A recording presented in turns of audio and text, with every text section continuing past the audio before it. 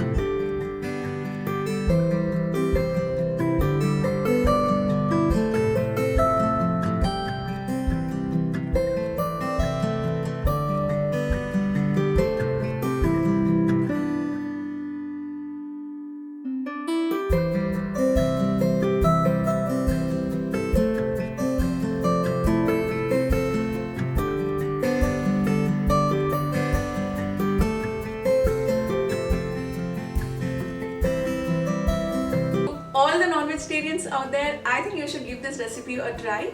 Let me know in the comment section if you want to see more of cooking on my channel. See you in the next video. Until then, stay home, stay safe, take care.